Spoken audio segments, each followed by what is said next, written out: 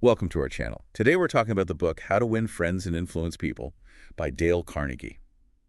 Published in 1936, this Wow. book was an instant sensation. Yeah, It's amazing how relevant the ideas still are today. you're right. It really is. I think a big part of the book's lasting appeal is how it taps into something fundamental, the desire to connect with others. And by the way, if you're looking to deepen those connections and boost your confidence, I'd recommend checking out affirmifiedjourney.com. They've got some really interesting personalized affirmations based on your zodiac sign. Oh, that's cool. I'll have to check that out. Yeah. So Carnegie's book isn't just some dry self-help manual, is it? No, not at all. He really dives deep into the psychology of human interaction. Exactly. He spent years observing people from all walks of life, engineers, business leaders, even historical figures like Edison and Franklin D. Roosevelt, and he distilled his observations into these powerful principles that can help anyone build stronger relationships. Okay, so let's unpack some of these principles. One that really jumped out at me was Carnegie's argument against criticizing others. He even goes so far as to say it's dangerous. Why is Yeah. that? Well, think about it. When someone criticizes you, how do you usually react? Most likely you get defensive, right? Oh, well. Your fight or flight response kicks in, and suddenly you're less focused on understanding the feedback and more concerned with protecting your ego. That's so true. I know I've been guilty of that myself. So Carnegie is saying that criticism often backfires because it triggers this primal defensive reaction in us. Exactly. Instead of opening up to change, we shut down. And that's why, instead of criticizing Carnegie, advocates for a radically different approach, focusing on sincere appreciation. Okay, so how does that work in practice? He shares this fascinating story about a woman named Mrs. McDougall who ran a struggling coffee business. Instead of focusing on what was going wrong, she decided to write personalized thank you notes to her customers. Wait, just thank you notes. That seems too simple to have a big impact. That's what's so surprising about it. The effect was profound. By expressing genuine appreciation, she wasn't just being polite. She was tapping into a fundamental human need, the need to feel valued. That makes sense. It's like she was shifting the entire dynamic of the relationship. Instead of being transactional, it became more personal. Exactly. And her business flourished because of it. It's a powerful example of how appreciation can transform even the most mundane interactions. And it leads us to another important principle, arousing an eager want in others. All right, let's dig into that one. Arousing an eager want. That sounds a little manipulative, doesn't it? It can be if it's done with ill intentions. But Carnegie isn't advocating for trickery. Right. He's talking about understanding what motivates people and framing our requests in a way that aligns with their desires. So it's more about persuasion than manipulation. Exactly. It's about finding common ground and highlighting the benefits for everyone involved. He uses the story of Andrew Carnegie and his nephews who weren't writing home right. That's the one. Instead of scolding them, Andrew Carnegie tapped into their desire for recognition and offered a reward for the most interesting letter. It wasn't about forcing them, it was about inspiring them. So it's about finding that sweet spot where you're appealing to someone's genuine interests and motivations in a way that also benefits you. Yeah. That makes a lot more sense. Exactly. And this ties into another crucial principle, becoming genuinely interested in others. Okay, this one seems pretty straightforward. Yeah. Just be interested in people, right? It sounds simple, but it's often overlooked. Think about it. How many conversations do you have where the other person is just waiting for their turn to talk? Oh, all the time. Especially on social media. Exactly. But genuine interest goes beyond just listening politely. It's about actively seeking to understand the other person's thoughts, feelings, and experiences. He talks about the magician Howard Thurston, right? Yes. How Thurston cultivated genuine love for his audiences. And think about that. A world-famous magician focusing on loving his audience. It's counterintuitive, but incredibly powerful. When we're genuinely interested in others, it creates a sense of connection and trust that opens up so many possibilities. It takes the focus off ourselves and puts it on the other person. Right, and that's what makes it so effective. It's about making the other person feel seen and heard, which is something we all crave. Okay, I'm starting to see how all these principles are interconnected. They all point towards building stronger relationships by focusing on the other person. Exactly. It's a shift in mindset from me to we. And that brings us to another simple but powerful technique, remembering and using people's names. This one always seems obvious, but I think we're all guilty of forgetting names sometimes. It happens to the best of us. But think about how you feel when someone remembers your name. Yeah, It instantly makes you feel valued, like you matter. It shows they were paying attention and that you made an impression. Exactly. Carnegie shares the story of Jim Farley, who used this technique to build a massive network and rise through the ranks of politics. He remembered the names of thousands of people, which made them feel special and built incredible loyalty. That's impressive. So remembering names is more than just good manners. It's a strategic advantage in building relationships. Absolutely. And it's something anyone can practice. It just takes a little effort and mindfulness. Okay, so we've talked about appreciation, arousing one's genuine interest in remembering names. What other gems are hidden in Carnegie's book? Well, let's talk about the importance of being a good listener. This one seems obvious, but it's harder than it sounds. I can relate to that. Sometimes I find myself thinking about what I'm going to say next instead of really listening to the other person. We all do it. But true listening is about being present, focusing on the other person, and trying to understand their perspective. Carnegie highlights the story of Edward Bachwright, the Yes. magazine editor who learned so much from famous people just by listening intently. Exactly. It wasn't about him showing off his knowledge. It was about genuinely wanting to learn from the other person. And that's what made him such a successful interviewer and editor. So good listening is more than just hearing the words. It's about understanding the meaning behind them. And it's about making the other person feel heard and understood, which can be incredibly powerful in building trust and rapport. I'm starting to see a pattern here. These principles are all about putting the other person first. You're absolutely right. And that leads us to another key principle: seeing things from the other person's point of view. This seems challenging, especially when we disagree with someone. How do we actually do that? It starts with recognizing that our perspective is just one of many. It's about suspending our judgment and trying to understand the world through the other person's eyes. He uses the example of Sam Douglas and his wife's gardening, right? Yes. How Sam was critical of his wife's gardening until he realized she simply enjoyed the process. It's a great illustration of how misinterpreting someone's motivations can lead to unnecessary conflict. By understanding his wife's perspective, Sam was able to let go of his judgment and appreciate her passion. That's a great example of how empathy can transform a relationship. It really is. And it's at the heart of Carnegie's philosophy. This is all starting to make sense.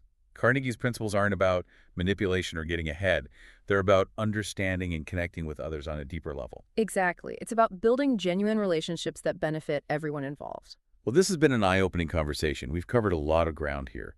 Avoiding criticism, appreciating others, arousing one's genuine interest, remembering names, being a good listener, and seeing things from the other person's point of view. And we've only just scratched the surface. There's so much more to explore in how to win friends and influence people. Okay, I'm ready to dive deeper into the rest of these principles.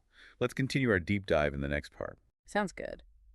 So we've seen how focusing on others, appreciating them, and understanding their perspectives can lay the foundation for strong relationships.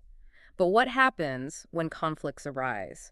How can we navigate those tricky situations without damaging the connection we've built? That's a great question. Life isn't always smooth sailing, and disagreements are bound to happen. What does Carnegie suggest for handling those moments? Well, one of his most powerful principles is the art of avoiding arguments. He points out that most arguments end with both sides more entrenched in their positions than ever. It's a lose-lose situation. I can definitely relate to that. Arguments can feel like a tug of war with each side pulling harder and harder, but no one actually getting anywhere. Exactly. So instead of trying to win the argument, Carnegie suggests we shift our focus to understanding the other person's viewpoint. He even tells a funny anecdote about himself misquoting Shakespeare at a dinner party and realizing how pointless it was to win the argument at the expense of the relationship. Oh, yeah. You know, It's a good reminder that being right isn't always the most important thing. Sometimes preserving the relationship is more valuable. absolutely.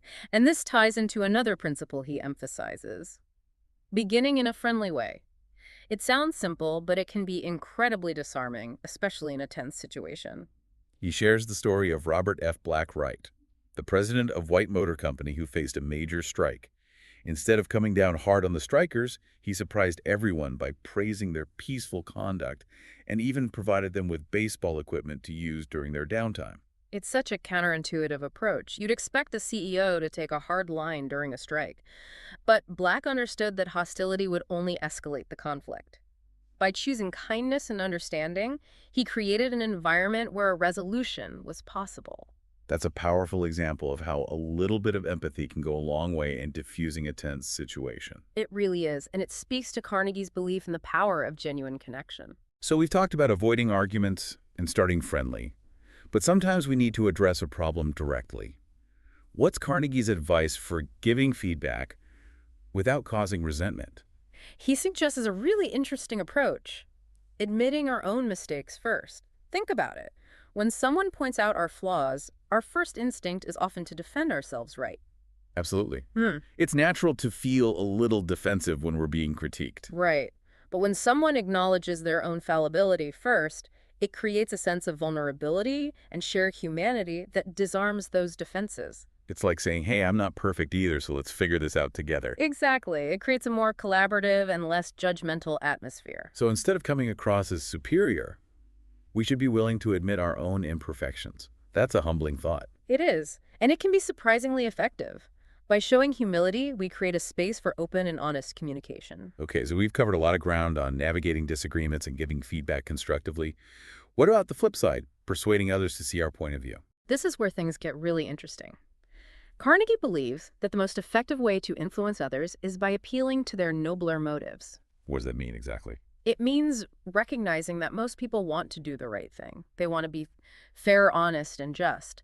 So instead of trying to manipulate or coerce them, we should appeal to those positive qualities. So it's about tapping into people's inherent desire to be good. Exactly. He gives a compelling example of a customer who was furious about a billing error. Instead of arguing, the customer service representative acknowledged the mistake, apologized sincerely, and then appealed to the customer's sense of fairness by asking him to adjust the bill as if he were the president of the company. Wow, that's a bold move. Did it work? It did. The customer, impressed by the representative's honesty and respect, agreed to adjust the bill fairly. It's a perfect example of how appealing to someone's better nature can be more persuasive than any amount of arguing or pressure. So instead of trying to force our will on others, we should try to inspire them to act in a way that aligns with their own values. That's a really Yeah. powerful concept. It is, and it's something we can apply in all areas of life, from personal relationships to business negotiations. Okay, I'm starting to see a clear theme emerging here. Carnegie's principles are all about building genuine connections and understanding. It's not about tricks or manipulation. It's about building trust and rapport so that we can achieve our goals together. You're getting it. And that brings us to another fascinating principle, the importance of dramatizing our ideas. Okay, this one sounds intriguing. How do we dramatize our ideas? Think about it, what captures your attention more, a dry lecture or a compelling story? Definitely a good story. Exactly. We're hardwired to respond to stories. They engage our emotions, spark our imaginations, and make ideas more memorable. So Carnegie is saying that if we want to make our ideas stick, we need to present them in a more engaging way. Exactly. He uses the example of the National Cash Register Company, which held a sales convention where all the ideas were presented through skits and plays rather than lectures. That sounds a lot more fun than your typical business meeting. It was. And it was incredibly effective. The salespeople remembered the key messages because they were presented in such a captivating way. So it's not enough to have good ideas we have, to know how to present them in a way that resonates with people. Exactly. And that's where storytelling, creativity, and even a touch of showmanship come into play. This is making me rethink how I communicate. I'm going to have to start incorporating more drama into my presentations. I think you'll be surprised at how effective it can be. Okay, so we've covered a lot of ground here. Avoiding arguments, admitting mistakes, starting friendly, appealing to nobler motives, and dramatizing our ideas. Is there anything we're missing? There's one more that's crucial: challenging people in a way that inspires them.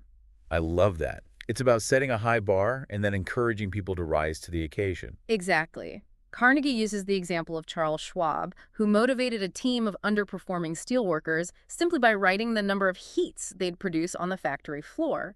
It sparked a friendly competition and inspired the team to outperform themselves. That's such a simple yet brilliant strategy.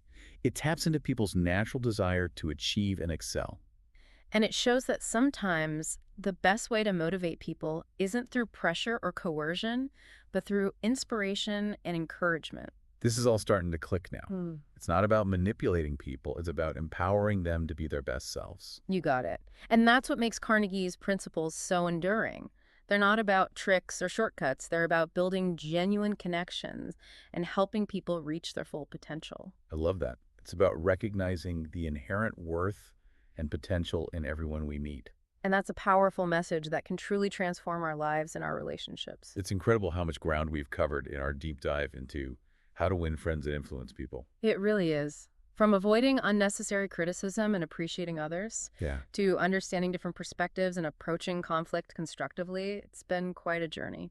And what strikes me is how relevant these principles are even today. Hmm. It's a testament to how deeply Carnegie understood human nature.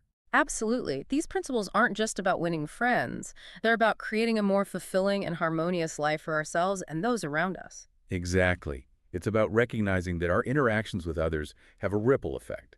By approaching those interactions with kindness, empathy, and a genuine desire to understand, we can create a more positive and connected world. I love that. It's like we're all part of a giant web, and the way we interact with each other determines the strength and resilience of that web. So as we wrap up our deep dive into how to win friends and influence people, is there one key takeaway that you'd like our listeners to carry with them? For me, it's the importance of making others feel important. It's about recognizing that everyone has a deep-seated need to feel valued, appreciated, and respected. And by fulfilling that need in others, we not only enrich their lives, but also our own. That's a beautiful sentiment. And it really ties in with everything we've discussed, from remembering names and listening attentively to expressing sincere appreciation and showing genuine interest. Exactly. It's about moving beyond superficial interactions and making a conscious effort to connect with people on a deeper level. It's about recognizing the inherent worth and potential in every individual we encounter. And I think that's a message that's more important than ever in our increasingly digital and disconnected world.